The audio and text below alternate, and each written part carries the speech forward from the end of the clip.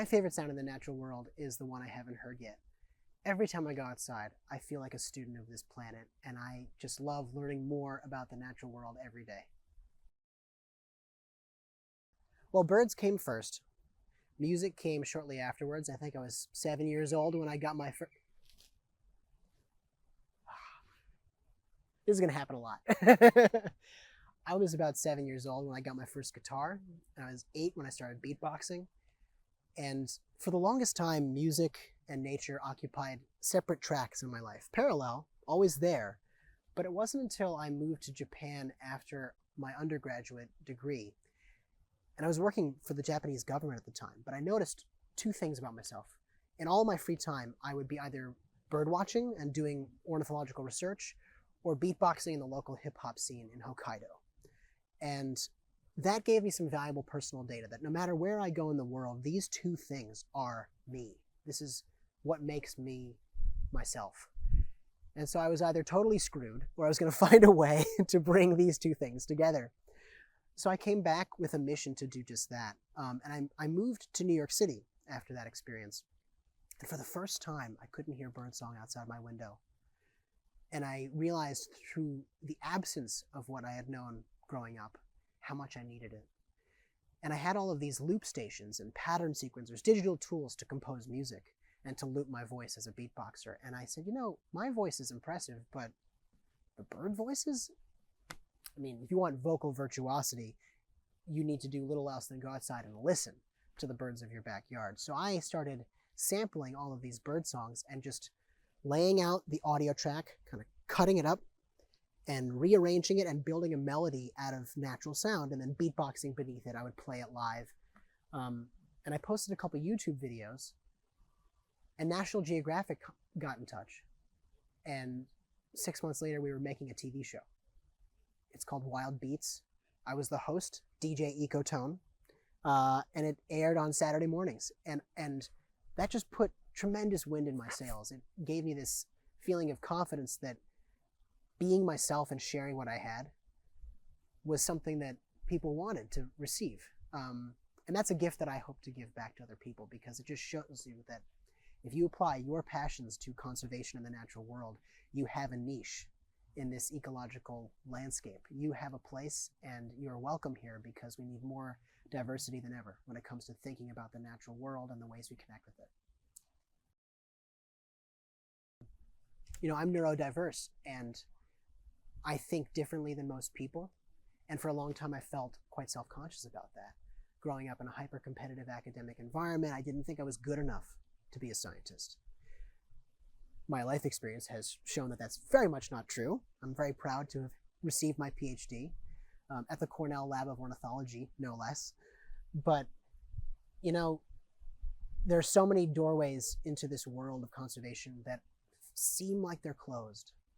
And I know lots of people through my music, through my art and outreach, who don't think they're qualified to be in this space. But the future of the planet concerns everyone. And if we don't open those doors, we're doing a disservice to our future. So I try to tell stories and make media to throw those doors open and say, you're welcome here, and we need you. Well, if you want to record natural sound, the first step is to go out and listen. You can't do anything if you don't listen properly. And the best equipment is built in. Everyone has it. Everyone can do it. If you have a little bit of money to spend, you can start with your phone, because you probably have one. I say the microphone you have is the best one in your kit. And as you get more experienced, you can start to concern yourself with some of the things that I focus on, buying more technical gear, trying to get things to a grade of scientific integrity as well as artistic integrity. That clarity of a really well-recorded sound gives you beauty that is analyzable for research and is great for music composition. But you can't just show up at a performance in, I've performed all over the world, but let's say the Bronx or Madagascar or Honduras or the Philippines and say, yeah, spend $1,000 on this microphone and then you can do what I do. That's insane. Most people in the West would kind of raise their eyebrows at that, let alone those who may not have access to the resources, the grant funding, the pathways I've used to accrue this material over a decade. So let's not let equipment stand in the way. Just know that your backyard has its own acoustic blueprint that makes it special. And every moment in time is a unique sound. Every sound is a once-in-a-lifetime opportunity. So get out there and capture it. Sound gives us a different way of appreciating the natural world and our place within it. We're mostly a visual species, but if we tune in to the symphony of nature, we can learn things that might escape our attention visually. For example, if you look at a forest ecosystem where selective logging has taken place, or where urban development is growing, the forest might look green and vibrant, but if you listen and you don't hear any animal sounds, that tells you something about how the ecosystem is doing. I think that's what it means to be an explorer or a scientist or an artist. If your curiosity drives you, you need to examine the things you love from every angle you can, and sound just gives you a new set of tools to do that. I spent almost a year living in Indonesia studying the songbird trade and listening to all these beautiful bird songs in cages. And after 10 months of that, I needed a break. So I started tracking down all these birds I'd seen in cages where they still sing in the wild. And unfortunately, they're very hard to find because the wildlife trade in Southeast Asia has put a lot of them under pressure. And some of them are going extinct primarily because of the wildlife trade. Others are threatened by, they're all threatened by a multiplicity of different factors, habitat loss, and land use change being primary drivers. But wildlife trade's a big one. And when you have that much pressure on a species, its range contracts. It becomes harder and harder to find, and people lust after it even more. They want to capture it and own it because it's so rare. But when I go hunting, I take only sound. There's nothing else. I leave no trace. And so when I was listening to these birds, I then decided it's time for me to hear the real thing. And so I went into the mountains of Bali with some local guides, and we started looking for orange-headed thrush. The Javanese subspecies of the orange-headed thrush is extremely difficult to find. It still lives in Bali, but if you find it, you gotta keep it a secret. And so you have to know the right people and just hope that you're lucky enough to see it when you show up. We ended up in this coffee plantation in the mountains, and we asked the local proprietor of the farm if he knew about this bird. He said, "Oh yeah, there are two of them. They hang out on that tree right over there." And within 5 minutes, the bird showed up and began to sing. And it was like hearing birdsong again for the first time. These weren't possessions. They were gifts. And that's how I feel when I listen to nature. How lucky am I to be in this moment, this once-in-a-lifetime moment, to receive this music, to receive this signal, this piece of evolution that's now gone. I wouldn't say I'm most proud of a particular project.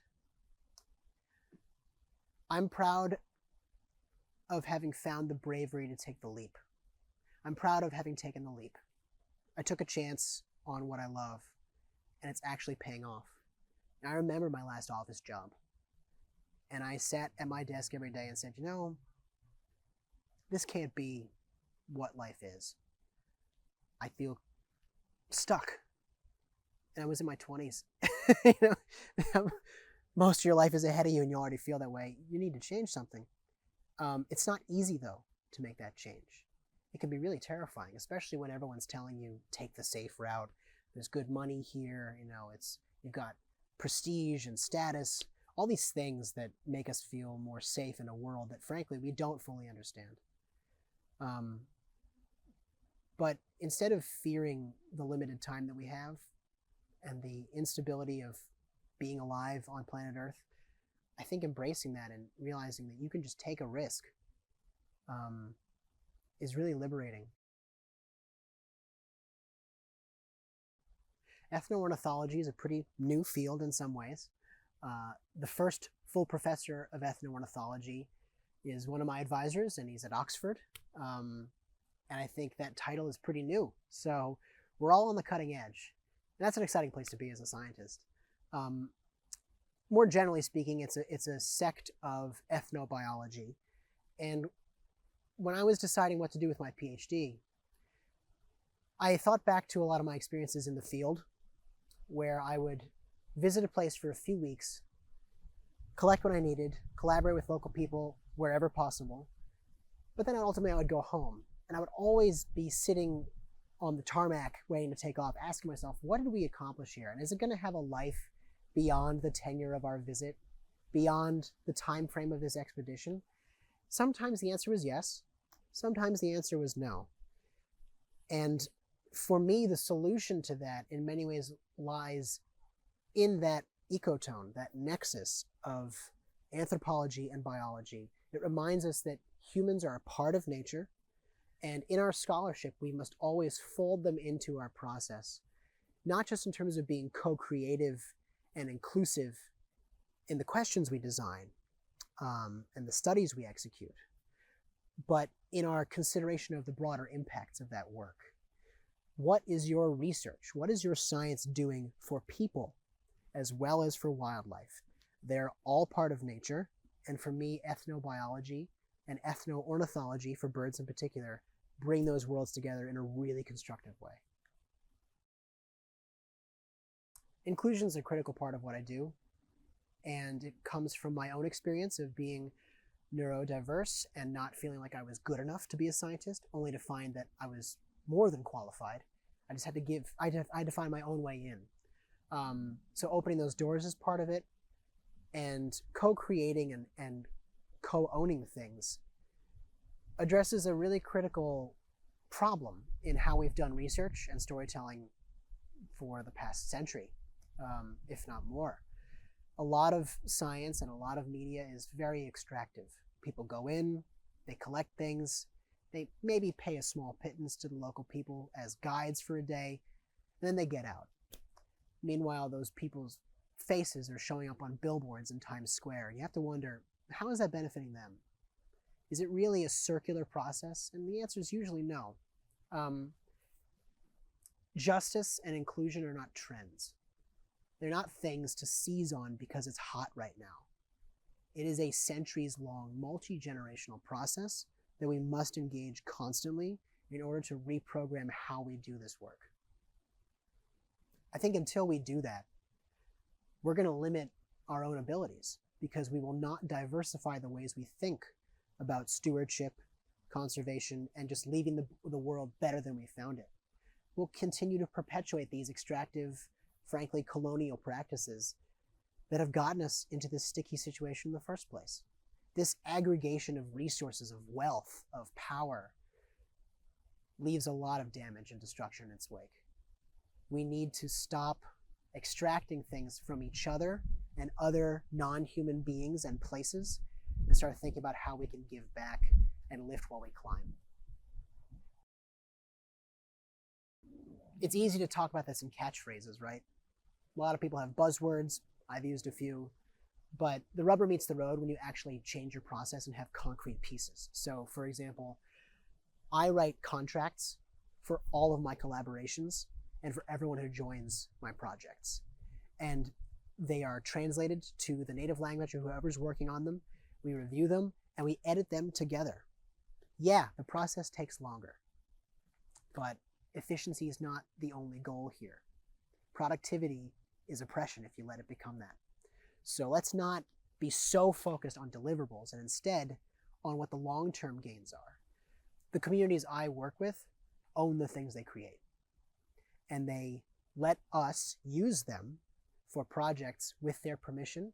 They get to be involved in the conception of the research questions, the study design, and then they review the papers and they become co-authors. They get credit, and their names are on what we make. And then they get to review things that perhaps go further down that pipeline. Because we go to the headwaters of knowledge where we do the research, and then we go to the delta where we share it with the world. That process is something where they need to be included at every step. And ideally, when you share something, it's not just a one and done, look what we did, isn't that nice kind of approach. You have to have it come back and feed the process again. So when we look at the impact of a film, let's say, it's not the number of view counts.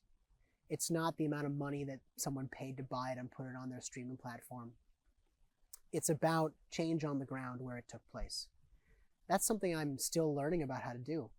And it's something I'm really excited to take forward in my practice as a next step. I want to know, what does it mean to make this media for real? Is it actually making a difference on the ground in the places where the stories took shape? And if not, how do we change that? How do we fix our models so it's not just about virtue signaling and extraction and saying what a difference we've made for ourselves? Let's go back to where it came from and talk to the people who lived there. When I was doing my PhD research in Indonesia, I had this 10-month Fulbright Hays Fellowship to live in the city of Yogyakarta, which is at the epicenter of the old Javanese kingdoms. It's the only remaining royal city in all of Indonesia. It has its own sultan, who's also the governor. It's an oasis of Javanese culture and values. And tied up in that culture is this long-standing tradition, centuries old, of keeping caged birds. And the thing I study mostly, singing contests, where they pit birds against each other in these arenas where they sing for prizes, is a modern evolution of that bird-keeping tradition. And as I got deeper into why people keep birds, I came across this Javanese ethos that's made popular in a novel called This Earth for All Mankind. And if I get the title wrong, we can edit it out. But in this novel by Pak Pramtor from 1984, and it talks about the ingredients that make up a Javanese man. And there are 5. A house, a wife, a kris, which is like a ceremonial dagger or an amulet, a horse, or nowadays a car, and a bird. And the bird shows that a man is in touch with his sensitive side, and that he can afford to indulge in leisure as well as work. So it's definitely a flex, but it's this status symbol. And it's about us. Again, we're appropriating nature to say something about ourselves, which I find frustrating in its own way. But whether I agree with this or not, there are millions of people across the world who carry out this value in their daily practice every day. So we have to, again, as an ethno-ornithologist, I have to reconcile my own disagreements with that and make space for this new point of view. Because at the end of the day, we all love birds. And if we can plant the seeds of conservation and common ground and start from that place, we have a better shot at actually protecting the birds that give us so much joy in our lives. Greed is a stress response, and we encounter our own mortality as this ticking clock where we have to make as much as possible, get our names on as many buildings as possible, and instead of doing that, we can take this time to really celebrate the opportunity to be alive. Isn't that a wonderful thing? All these feelings that come to us remind us, oh, right, I'm here. I get a shot. It's not about proving anything. It's about finding some sort of community. And for me, just being out here, sitting on a log, touching a tree, like, these things are alive. There are other things that are alive inside them, and I'm sharing space. What a gift. Well, a scientist fresh out of their PhD always has a challenge of distilling 5 to 10 years of work into a sentence or two. Every time I do it, it's a bit different. But in short form, about a year ago, I was in a stadium filled with birdsong. It wasn't coming from the speakers, it wasn't coming from birds in the sky overhead. It was coming from cages, hung by the hundreds in the rafters as thousands of people cheered in the stands all around. And I sat ringside and watched as a squadron of human judges patrolled the arena, rating these caged birds' performances on their songs, plumage, and movement. This is Indonesia's bird singing competition, and after 14 hours of that competition, champions were crowned and their owners went home with huge prizes that can sometimes be very valuable. You can win, I think, up to 10 years' salary in a single contest sometimes. It's really it's a dramatic financial opportunity. These competitions have evolved from a centuries-old tradition of keeping birds in cages, which is tied up in a lot of identity for people in Southeast Asia, particularly for the Javanese. But unfortunately, with the increased popularity of keeping caged birds and now the financial windfalls of these singing contests, there is a multi-billion-dollar songbird trade. It's worth about $1.2 billion just in Indonesia, and it creates jobs for people all over the country, but it also generates this insatiable demand for wild-caught birds, which constitute the majority of the birds in trade. And as a result, 43 species of songbirds across Southeast Asia are currently facing accelerated rates of decline because of threats from the wildlife trade. Now, if this breaks your heart, you're not alone. I was shocked to learn this and astonished that people could share my passion for birdsong and take it in such a different direction. I wasn't alone either. I recruited a group of 19 Indonesian students and researchers to work with me to document this songbird trade from the forest to the stage. So we equipped people with documentary field kits, cameras, microphones, sound recorders, interview packets, and we interviewed people at every step of this journey, trying to understand the human motivations as well as the impacts on the birds. And we ended up creating several things. The first is a literature review examining how people describe this songbird trade in academic and mainstream media. And we looked at the last 30 years of research. And from that, we found that it was a pretty black and white picture. A lot of these stories would paint particularly bird keepers as villains in a tragedy of natural history. But I can tell you, there's no faster path to conservation failure than to show up in Southeast Asia, especially looking like me, and start pointing fingers and saying, you did this, and it's all your fault. You're going to burn bridges immediately. That's how we get these entrenched stalemates with no ability to act. The ground is laden with trigger words and phrases, and we can't even talk to each other. So let's stop that. Let's back up and instead give particularly Indonesian people a chance to describe the tradition and the problems in their own words. So by giving them, I trained them in documentary film techniques and journalism and research ethics, and effectively brought them to these different places on this pathway. And they interviewed people, and we created a photo voice study where we analyze our media and compare international perspectives like the ones I described with what they find. And from that, we produced, from that we found that many of our subjects already had solutions for balancing nature and culture. And so it's our job to listen and amplify.